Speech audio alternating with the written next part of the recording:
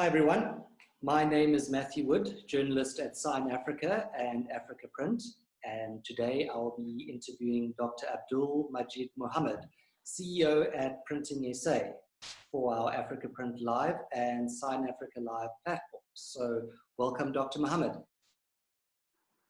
Thank you. So, Dr. Mahomed, COVID-19 presented many challenges for the industry and Federation. What were the biggest challenges and how did Printing SA assist with overcoming them? Yeah, I think when COVID was announced in about end of March of this year, and the Disaster Management Act was then proposed, and then there were various government departments that came up with the regulations around how the various levels of lockdown will sort of unfold and even how they would pan out. So these came from various departments like COCTA, the Department of Labor, and the DTI in particular, that affected us and our operations within the printing and publications and signage sectors. So these regulations, when they came out, they were new for all of us. So everyone grappled with these as these were released, with updates coming out so fast and furious that we barely digested one and another one came in to replace the previous one. So we were challenged with the fact that there were so many sort of new regulations and we needed to make sense of these regulations for our member companies. So what we did as Printing SA, first of all, we interpreted the TERS, that Temporary Employment Relief System that was announced by Department of Labor and the UIF. So those regulations, we simplified these regulations for our member companies.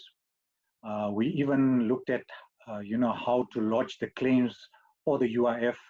So what we did is we produced a very user-friendly and simple guide on how the claim process worked, how to fill in the form in a very easy step-by-step format, and revised it as new regulations were passed.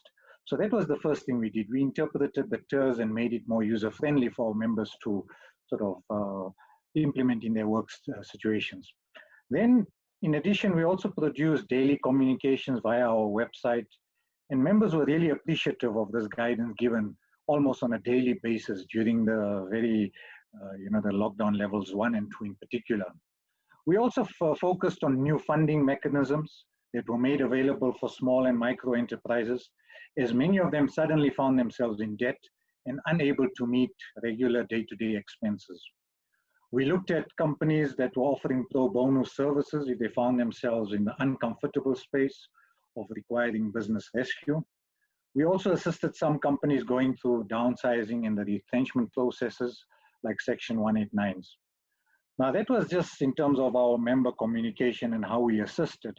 But if you look at COVID generally, it had a huge impact on all segments of our industry. So on the one hand, we had magazines that were published for decades, suddenly found the advertisers deserting them, forcing closure of many titles we grew so accustomed to, some of them weeklies and some of them monthlies. And these resulted in many job losses and in short-time arrangements in some of these magazine printing companies. Then we had, on a broader scale, we had borders of ours and ports all closed suddenly. So all imports and exports suddenly just stopped, disrupting all supply chains. So companies who had existing orders could not deliver on time, losing clients and orders not started were cancelled, and alternative suppliers were outsourced. Now, overseas orders could not be executed as no cargo could be moved either in or out of South Africa.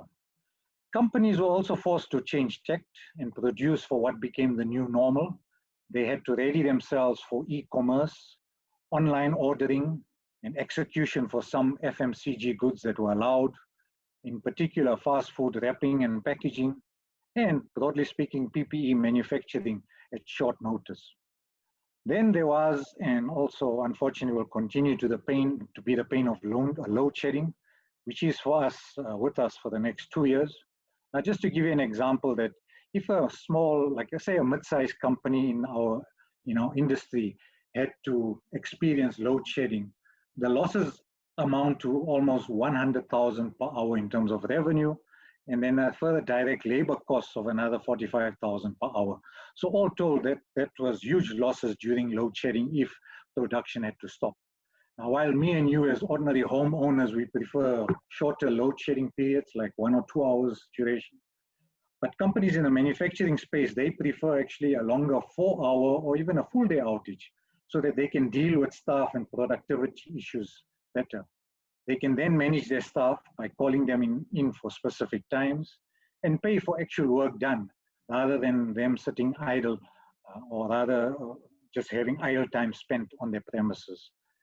Now, some of these companies even have very expensive equipment installed on their floors, and they use very sensitive electronics that do not take kindly to sudden outages. So when load shedding hits, they have to call in specialist technicians to restart these very sensitive machines, and further losses are incurred in both lost as well as spoiled production in the event of frequent startups of these machines. Now, to accommodate load shedding, some companies invested in large diesel generators. Now, just to give you an example, the capex cost of installing one of these generators can be anything between 800,000 up to 3 million. Now, to it should be added the actual ongoing maintenance and repair costs for these generators, and then the fuel. In other words, the actual diesel costs. Now, to give you an idea, just to keep the back office of a big factory running, in other words, just to have the offices running with their computers and a few basic lights, costs anything about 500 Rand per hour just in diesel costs alone. But to keep an entire factory running for an hour costs anything over 4,000 Rand per hour just in diesel costs. So if you add the diesel costs, the maintenance, the repair costs, and the capex costs of all these diesel generators that people are forced to now introduce into their factories as a result of load shedding, it all amounts to huge numbers, which obviously affects the bottom line and their profitability to stay in business. Now, to assist our members, we represented this particular need at a special meeting with the CEO of Eskom, Mr. Director. Now, while Eskom has tried to make load shedding as palatable as possible to all, but has found it difficult to please all sectors. But I must say in Cape Town, there was one industrial area that came to the local municipality with a specific sort of solution to say that if our load shedding time of, if you look at 2-hour segments in a whole week, amounted to say 4 hours, then can you not as a municipality come to the party and maybe give this whole industrial area a one afternoon or the one morning off arrangement? And they came and they actually did this for them, and this actually worked for them, because then they know they have to pay their staff for 4.5 work days.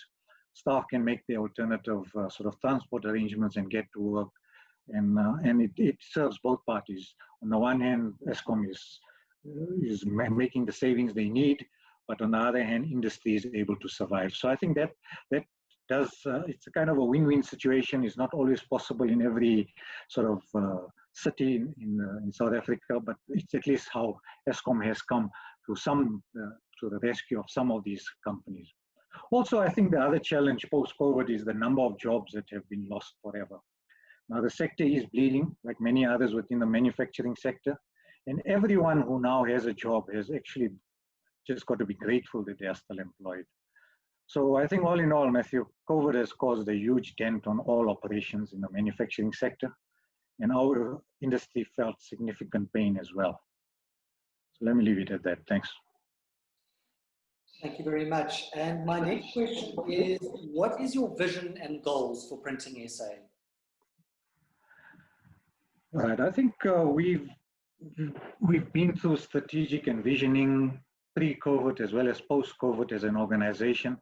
And I think, let me summarize it in a few words. And that is to be a dynamic, industry-serving organization, giving members what they really need and ensuring their long-term sustainability and profitability. We're also looking at our member companies and saying, what is it that they need specifically by way of services? And we've identified a few. The main one is, perhaps one of them is training their staff, either in service, upgrading their skills or whatever, or even training them in middle management and training them one day to take over the companies. So training generally has been one big need felt.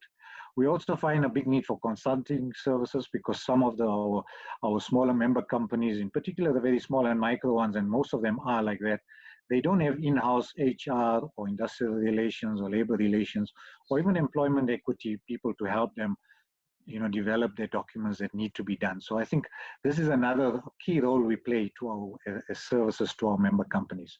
So now we're proud to say that we now have the capacity in most of our chambers to offer all these services in-house. And we've also gone out to say, let's develop a database of consultants who can assist when we internally lack the capacity to offer these services.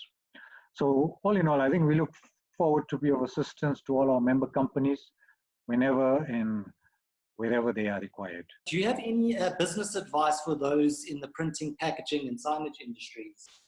Sure, okay. But I think the companies who are currently in existence, they need to look at more opportunities to use their existing equipment. And if they are going to be purchasing new equipment, they should carefully consider the return on investment, thoroughly investigate the product they're going to sort of bring out, the market segments it will serve, and overall the profitability. So they need to be well-read, well-versed with industry research out there, and hopefully that will guide them as to what they should do, what they can avoid doing, and look at global trends and see what they can then learn from it and implement from it. We're also hoping to access some tender portals, which we're hoping to share with our member companies so that they can get more work coming their way if they apply for these tenders. That's excellent. Well, thank you very much, Dr. Mahomed, for joining us. And yeah, catch the latest industry content on www.africaprint.com or www.signafrica.com. And thank you very much once again, Dr. Mahomed. Sure. Thanks a lot, Matthew. Bye. You're very welcome. Chat soon. Cheers then. Bye. Bye.